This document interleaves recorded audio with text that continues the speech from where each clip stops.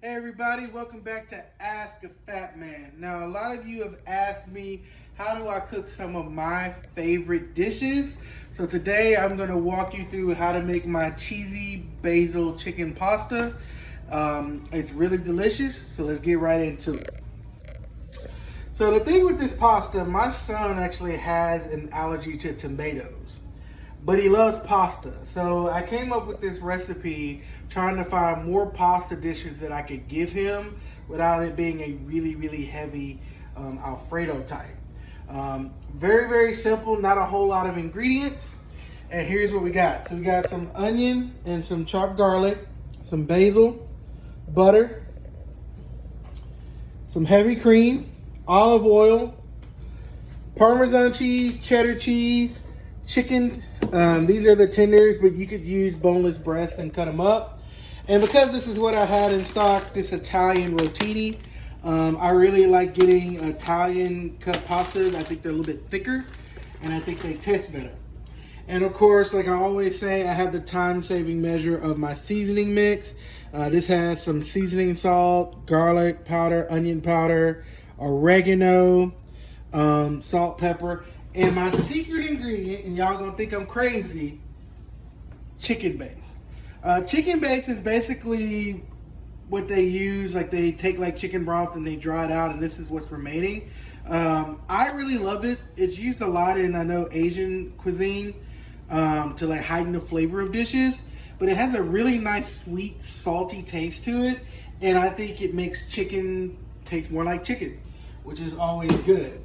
So I got my mix here, and we're gonna get started on our chicken the lazy way. So I could put this in a hot skillet and do it in batches and, take an extra 15-20 minutes trying to get it all brown and golden, or you could be lazy like me and use your oven. So I got my seasoning mix. I'm gonna give it a bit of stir around. Then I'm gonna add a little bit of this olive oil to it. Not a whole lot, just enough to kind of form it into a paste. And again, because I'm using my hands on everything else, why dirty a dish where I have to do more dishes? Because who likes doing dishes? But basically, I want to stir it until you see that it's becoming like a loose paste. And then I'm going to just pop it down in.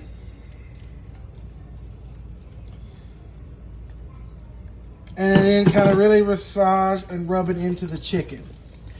Because I see a lot of recipes, and if you've ever gone out into Italian places and you're just thinking to yourself, like, man, this pasta's kind of bland, it's because they don't season it enough.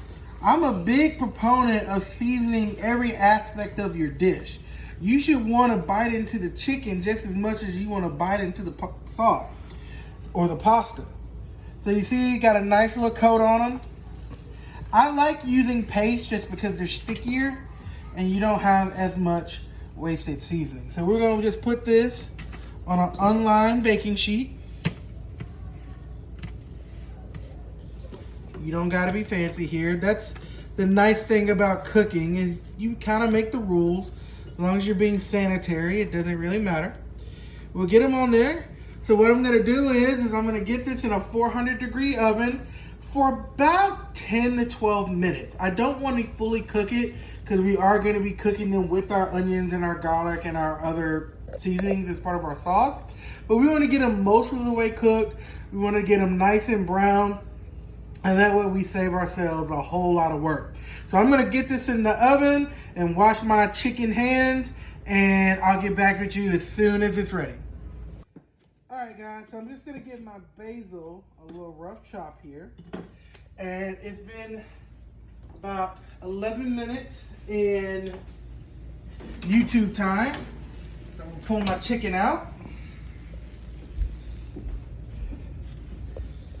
So as you guys can see, the seasoning is adhered really nice to it. Again, that's why I like the paste. You can tell that it's done because it doesn't squish in. That's how you can tell chicken is done, when it's slightly firm to the touch. The worst thing that you could do is overcook chicken. When the chicken overcooks, it's dry, it's disgusting. You don't want to do it. So we're gonna let that cool for a minute before we start chopping it up to get in our sauce, and we're gonna get our sauce going. So got a pot of boiling water here that I'm gonna put my pasta in. And I got, like I said, one of my favorite tools, my Dutch oven heating up. And we're gonna get some fat in there. So I like dual lipids for this. So I'm gonna put a little bit of olive oil. And I'm going to put half of our butter. So I ain't gonna do half, I'm gonna do 2. We're gonna let that melt. And while it's melting, we're gonna go ahead and get our onions and garlic in there. Cause it's gonna kind of saute on the slow side of things. You definitely don't wanna do it too fast. And that's gonna let us give a chance to let it sizzle. As that butter melts down. Now, if I wasn't serving this to kids, I would probably add like a little bit of red pepper flake or something like that at this moment. But since kids are gonna be eating it, I'm gonna leave that out for now. So in there, lid on. We're gonna get back over here to the chicken, which has cooled down a little bit, but we're going to pull one off, check for doneness, and check for flavor. So, my God. So you can see, it's clear, but you see how juicy it is? That's what you want right there. That is garlicky and delicious. And so I'm going to cut up my chicken. I got my onions and garlic going over there, my water going, and if you give me about 30 more seconds, we'll have all this done when I get back to you. All right. So as you see, guys, we got my chicken cut up, and it actually makes more chicken. When you use a package of chicken, you actually end up making more than you need, and so you still have a little bit leftovers. Those make great sandwiches, great kid snacks, and that's one of the benefits of seasoning stuff so well, is that you can have a lot more versatile usage. If that was just plain chicken, it would kind of suck. So we're gonna come over here. As you can see, my onions and garlic are starting to brown. They've been in there for a couple minutes. My pasta's in here. It's kind of happily percolating. That's probably my number one rule for pasta, is I always slightly undercook it so I can cook it with the sauce. I find it helps bind the sauce together and kind of helps you prevent it from overcooking too much when it comes together. So we're gonna put the chicken, the basil, everything inside of the pot, because again, the chicken is mostly done. It's not completely done. And again, we do that because we do not want to dry that chicken out. And it's going to allow us to get a really nice brown on all the parts of the chicken. So we're just going to let that get a nice little stir. Oh, y'all can smell what I'm cooking. It's delicious. It's also a great chance to kind of break that up a little bit more. Now, I'm also going to grab, because this has been percolating, I'm going to grab a little bit of the pasta water. Now, I'm going to be honest, I don't always use this water, but I like having it just in case I need to thicken or thin something out. So I'm going to go ahead and try one of my pieces of pasta.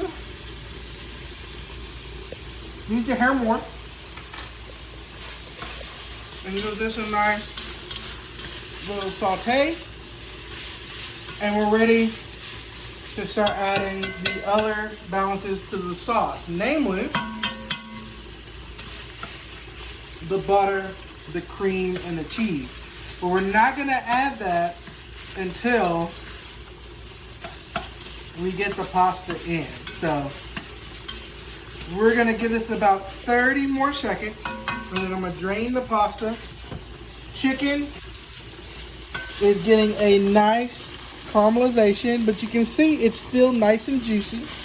The onions are caramelized. The garlic is caramelized. We in heaven over here. All right. So let me drain my pasta and I'll get right back with you guys. Been going for a minute. Got my pasta drained, so I'm going to toss it right inside. And here I am making a big old mess. And we're gonna kind of give this a nice little stir. I'm actually gonna turn the heat down, almost off. We're gonna add the butter and start to kind of give it a stir, because the heat from this pasta is enough to melt this butter. And I do it this way because it kind of coats each little bitty strand of pasta in the butter. And as anybody who's ever eaten a buttery noodle, in fact, I'm actually gonna take this off the heat for a minute. You can see that butter is already almost melted. And that's forming the basis of this sauce. It's not a very lot of sauce. It's very little sauce because, as they say in Italy, the noodle is the star. So we got that butter. We're gonna add a little bit of heavy cream. Not a whole lot. About half of one, so probably about a cup. We're gonna give that a nice toss. You see that? It's all creamy and delicious.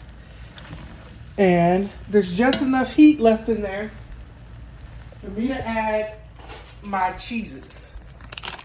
So we got some Parmesan. And I'm just using regular old Kraft. I ain't bougie. Although I do love a good shredded Parmesan cheese. It's not for this kind of thing. And some cheddar. That way you have them feeling like this is like the best cheesy pasta ever. And see that cream gives it just enough lubrication to where you don't get dry. Because you don't want dry cheesy pasta. That's just gross. Y'all see that? See how cheesy and creamy that is? Oh, God. So I will say this is a little bit thinner than I like. So I am going to add a teeny tiny bit of the pasta water just to thin it out a little bit and help you get that consistency that we like. You see the cheese is nice and melted. You see that chicken, the little specks of basil. All right, guys, let's see if we can give this a taste. Because that's what's really important, right? Get that on a plate. See how beautiful and cheesy that is. And because I'm me and I'm fat, a little bit more Parmesan cheese on top. Why not?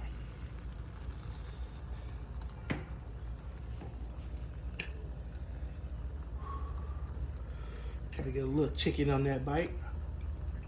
Oh my God. Baby girl, try this. We good? That's good. That's good.